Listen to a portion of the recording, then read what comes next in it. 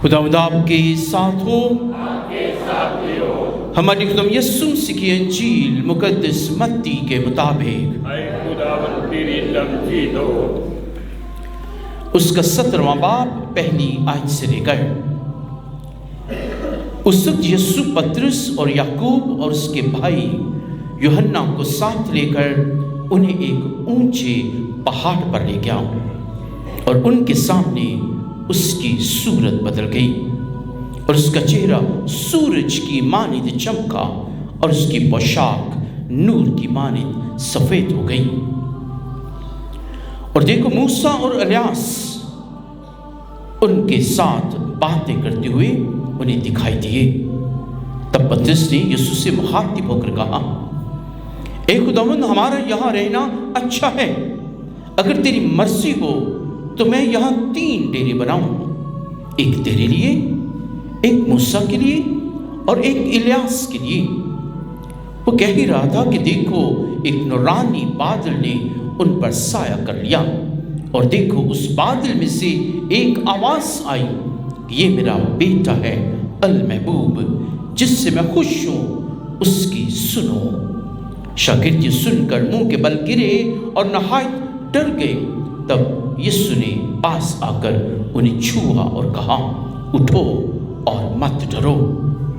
جب انہوں نے اپنی آنکھیں اٹھائیں تو یسوع کے سوا اور کسی کو نہ دیکھا۔ جب وہ پہاڑ سے اتر رہے تھے تو یسوع نے انہیں حکم دیا اور کہا کہ جب تک ابن انسان مردوں میں سے نہ جی اٹھے اس رویا کا ذکر کسی سے بھی نہ کرنا۔ انجیل مقدس کی وسیلت سے ہماری خطائیں معاف کی جائیں۔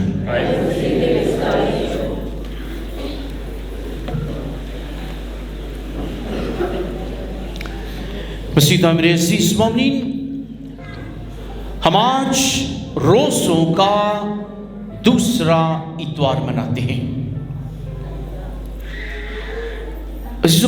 گزشتہ اتوار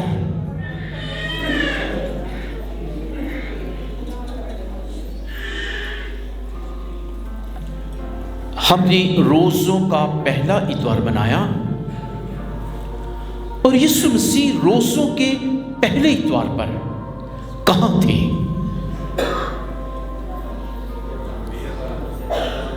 بیابان میں۔ Very good. یسوع مسیح بیابان میں تھے اور شیطان سے آزمائے جاتے ہیں۔ 3 آزمائشوں میں سے گزرتے ہیں، سرخرو ہوتے ہیں اور اپنے مشن کا، منادی کا، بشارت کا آغاز کرتے ہیں۔ آج یسوع مسیح کہاں پر ہیں؟ پہاڑ پر۔ اسے ہم تبدیلی صورت کا پہاڑ کہتے ہیں۔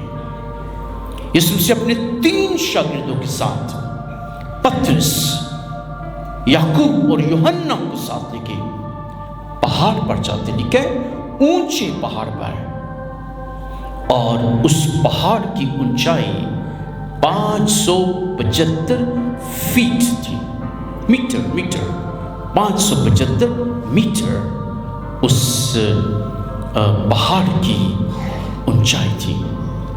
اس کا مطلب ہے کافی بلند پہاڑ تھا۔ یسوع مسیح وہاں پر 3 شاگردوں کے ساتھ جاتے ہیں۔ پہاڑ کلام مقدس میں خداوند خدا کی حضوری موجودگی کی علامت سمجھا جاتا ہے۔ ہمیشہ خدا اپنے چنے ہوئے لوگوں پر پہاڑ پر سے ان سے مخاطب ہوتا ہے۔ اس کو ہم دیکھتے ہیں کہ کس طرح موسیٰ وہ کوہ سینا کے پہاڑ پر جاتا ہے اور وہاں پر خداوند کا ظہور اس پہاڑ پر موجود ہوتا ہے۔ اس کا جلال اور پورا پہاڑ بادل سے بھر جاتا ہے اور خدا موسیٰ سے گفتگو کرتا ہے۔ الیاس نبی وہ پہاڑ پر جاتا ہے۔ جب عزیزو وہ خدا کی تلاش میں ہوتا ہے تو صحراؤں بیابانوں میں سے گزرتے ہوئے وہ پہاڑ پر جاتا ہے۔ پہاڑ خدا کی حضوری موجودگی کی علامت ہے۔ یسوع مسیح جب اپنی علانیہ زندگی کا آغاز کرتے ہیں تو پہاڑی واس سے آغاز کرتے ہیں، اپنے شاگردوں کو لے کے پہاڑ پر جاتے ہیں اور خوبصورت پہاڑی واس عزیزوں شاگردوں کے ساتھ شیئر کرتے ہیں۔ آج یسوع مسیح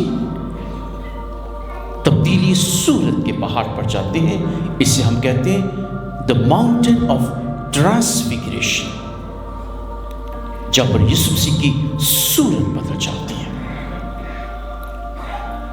اس آسمان سے آواز آتی ہے کہ یہ میرا پیارا بیٹا ہے المحبوب، اس سے میں خوش ہوں، اس کی سنو، اس کی سنو۔ اور آج ہم آرٹ آف لسننگ پر بات کریں گے۔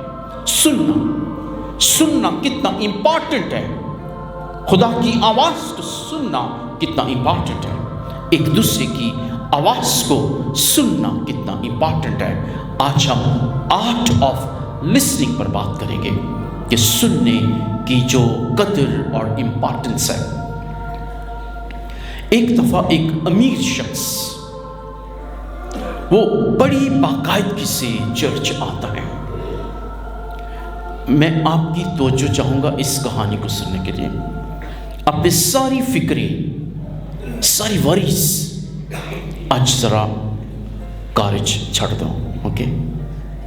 سنو، خدا کی آواز سنو، خدا کلام سے کیا بتانا چاہتا ہے، کیا سکھانا چاہتا ہے۔ آئیں سنیں ذرا، جب سننے کی آج مشق کریں اور ساری وریز کو خدا خود سنبھالے گا۔ اس نے کہا اپنی ساری فکریں مجھ پر رکھو، میں تمہاری ہر فکر کو جانتا ہوں۔ ساری فکر آج خدا دے کول پیش کریے تو بول جاؤ نا، ذرا خدا دے کلام نہ سنو تے توجہ دئیے۔ ایک بہت امیر شخص بڑی باقاعدگی سے خدا کے گھر میں آتا ہے، اور جب بھی خدا کے گھر میں آتا ہے خدا کے آگے ایک لمبی لسٹ پیش کرتا ہے کہ 10-12 باتیں خدا کو کہتے ہیں کہ اے خداوند آپ نے مجھے یہ بھی دینا ہے، آپ نے مجھے وہ بھی دینا ہے۔ اور اس کو 3-4-5 مہینے ہو گئے، جب بھی چرچ آتا لمبی لسٹ خدا کے آگے پیش کرتا اور خدا سے شکوہ کرتا کہ خدا میں ہر اتوار کو چرچ آتا ہوں، آپ میری دعا کو کیوں نہیں سنتے؟ اور اس طرح شکوہ کر کے ناراض ہو کے ہر دفعہ چرچ سے چلا جاتا۔ اس بات کو 6 مہینے گزر گئے کہ ہر دفعہ آتا خدا سے لڑ کے، خدا سے شکوہ کر کے، اپنی باتیں سنا کے خدا کو چلا جاتا۔ ایک دن گھر میں بڑی خاموشی سے وہ بیٹھا، سوچتا ہے کہ خدا میری دعا کو کیوں نہیں سنتا، جواب کیوں نہیں دیتا۔ اگلے اتوار پھر وہ چرچ آتا ہے، اور اس اتوار وہ بولتا نہیں، خاموشی سے خدا کے سامنے بیٹھا رہتا ہے، بولتا نہیں، اور خدا پھر اس کی آواز کو سنتا ہے، اس کی دعا کو سنتا ہے۔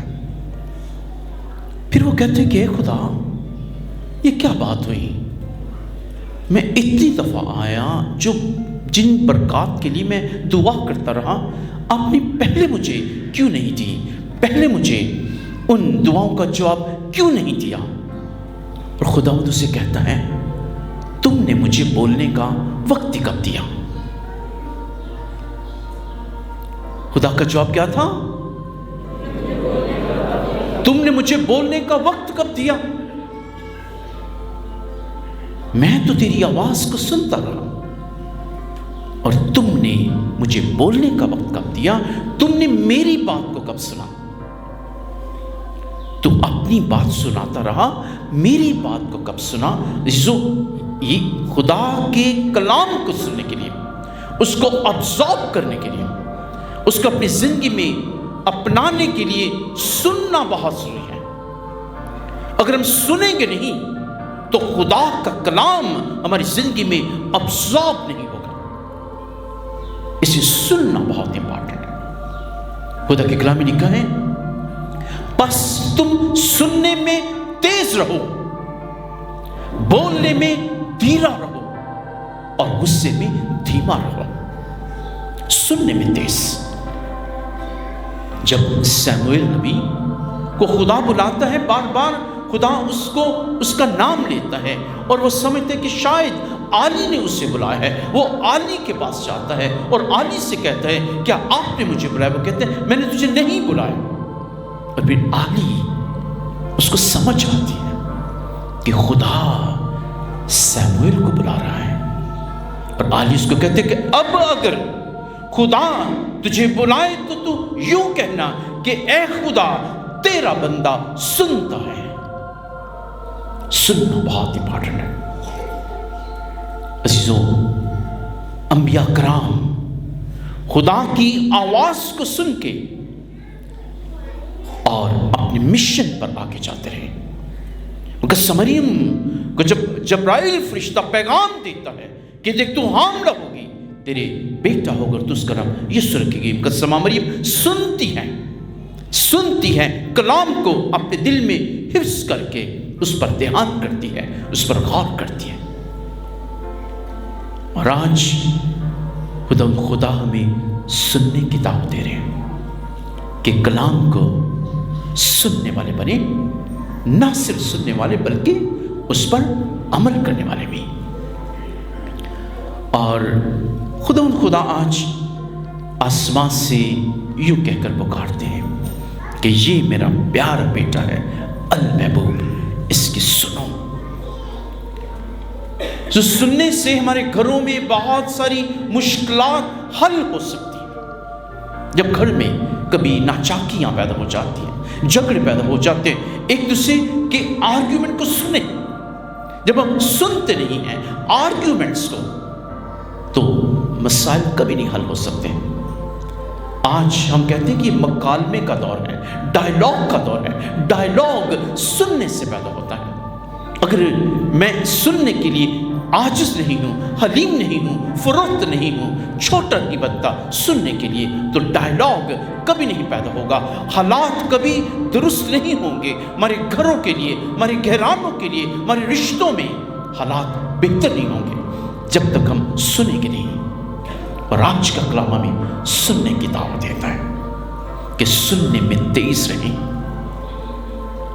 جو آج سوال پیدا ہوتا ہے کہ ہم اپنے معاشرے میں کن آوازوں کو سنتے ہیں؟ شاید سوشل میڈیا جو ہر وقت ہمارے کانوں پر بمبارڈ کرتا رہتا ہے ہر وقت، اور ہم سوشل میڈیا کی آواز میں اتنے ڈوب جاتے ہیں کہ حقیقی آواز کو، جو میرے ضمیر کی آواز ہے، جو میرے خدا کی آواز ہے، جو مسیح کی آواز ہے، اس کو ہم نہیں سن پاتے کیونکہ میرے اندر شور بہت ہے۔ آج کا کلام ہمارے اندر کے شور کو، نوائز کو، ہمارے اندر کے نوائز کو، اس کو ختم کرنے کی دعوت دیتا ہے۔ اگر شور ختم ہوگا تو آواز سنائی دے گی، شور میں آواز نہیں سنائی دیتی۔ اپنے اندر کے شور کو ختم کریں، اور آج جب گھر جائیں تو سوال کریں اپنے آپ سے کہ میرے اندر کیسا شور ہے، میں جس کی آواز کو ہمیشہ سنتا رہتا ہوں۔ کون سی ایسی آوازیں ہیں جو ہر وقت جن کو میں سنتا ہوں اور مجھے وہ پریشان کرتی ہیں، مجھے وہ بے بس کر دیتی ہیں، مجھے وہ مجبور کر دیتی ہیں، مجھے کمزور کر دیتی ہیں، مجھے لاغر کر دیتی ہیں؟ وہ کون سی ایسی آوازیں ہیں جن کو میں نے عزیزوں اپنی زندگی سے ختم کرنا ہے؟ اور ایک آواز جو کلام کی آواز ہے اس پر ترجیح دینی ہے، جو مسیح کی آواز ہے اس پر ترجیح دینی ہے۔ مسیح ہمیں پکارتا ہے بار بار کہ اے بوجھ سے دبے ہارے تھکے ماندو میرے پاس آؤ، میں تمہیں آرام دوں گا۔ اے مسیح کے ان الفاظ کو سنیں۔ وہ کہتے ہیں کہ میں ناممکنات کا خدا ہوں، میرے پاس آؤ، میں تمہارے لیے ہر چیز کو ممکن بنا دوں گا۔ آئیں مسیح کی آواز کو سنیں۔ اور یہ اسی صورت میں ہوگا جب ہمارے اندر شور ختم ہوگا۔ بہت سارے شور میں ہم عزیزوں گرے پڑتے ہیں، ڈوب جاتے ہیں۔ ہمیں مسیح کو پانے کی ضرورت ہے۔ اور یسوع مسیح آج شاگرد جو خوف زدہ ہو جاتے ہیں اس سارے منظر کو دیکھ کے، مسیح کا چہرہ سورج کی طرح بن جاتا ہے، مسیح کی پوشاک عزیزوں وہ نورانی ہو جاتی ہے، اور شاگرد سارے منظر کو دیکھ کے حیران ہو جاتے ہیں، پریشان ہو جاتے ہیں اور گھبرا جاتے ہیں، خوف زدہ ہو جاتے ہیں۔ یسوع مسیح ان کے پاس آتے ہیں، ان کو چھوتے ہیں اور انہیں کہتے کہ اٹھو اور مت ڈرو۔ بڑا اچھا یہ ورس ہے، آیت ہے، اٹھو اور مت ڈرو۔ یسوع مسیح ہم سب کو بھی چھوتے ہیں اور انہی الفاظ سے پکار کر کہتے ہیں کہ اٹھو اور مت ڈرو۔ آئے زندگی میں ہر قسم کے خوف کو، ہر قسم کی مایوسی کو، نا امیدی کو ختم کریں اور مسیح کو اپنے پاس آنے کی دعوت دیں، تاکہ مسیح ہمیں چھوئے اور مسیح کے الفاظ کو سنیں۔ الفاظ کیا ہے؟ اٹھو، ان کو سنیں۔ اور مسیح کہتے ہیں نہ ڈرو، مت ڈرو، ان الفاظ کو سنیں ہم، تو عزیزو زندگی میں بہت ساری برکات ہمیں ملے گی۔ جب یسوع مسیح ہمارے ساتھ ہے، ہمیں ڈرنے کی ضرورت نہیں ہے، ہمیں گھبرانے کی ضرورت نہیں ہے۔ مسیح کہتے ہیں تمہارا دل نہ گھبرائے، اور آج بھی وہ ہمیں یوں ہی کہتا ہے تمہارا دل نہ گھبرائے۔ آئیں ہم مسیح کی آواز کو سنتے رہیں اور اس سے کثرت سے اپنی زندگی میں برکت پائیں۔ ایک دوسرے کی آواز کو سنیں۔ خدا غریبوں کے ذریعے عزیزو ہم سے مخاطب بھی ہوتے ہیں۔ ضرورت مند لوگوں کی آواز کو سنیں، اپنے ہمسائے کی آواز کو سنیں۔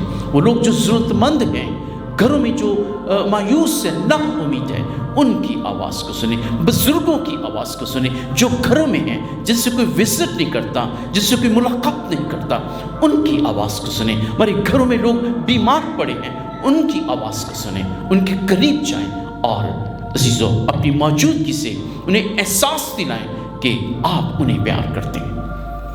والدین اپنے بچوں کی آواز کو سنیں۔ بہت دفعہ عزیزو ہمارے گھروں میں بچے بے روی کا شکار ہو جاتے ہیں کیونکہ والدین کے پاس ان کو سننے کے لیے ٹائم نہیں ہوتا، اور پھر دنیا کی وہ آوازوں کو سنتے ہیں، وہ بھی ایسی آوازوں کو سنتے ہیں جو انہیں خاندان سے، والدین سے دور لے کے جاتی ہیں، اور بچے اپنے والدین کی آواز کو سنیں۔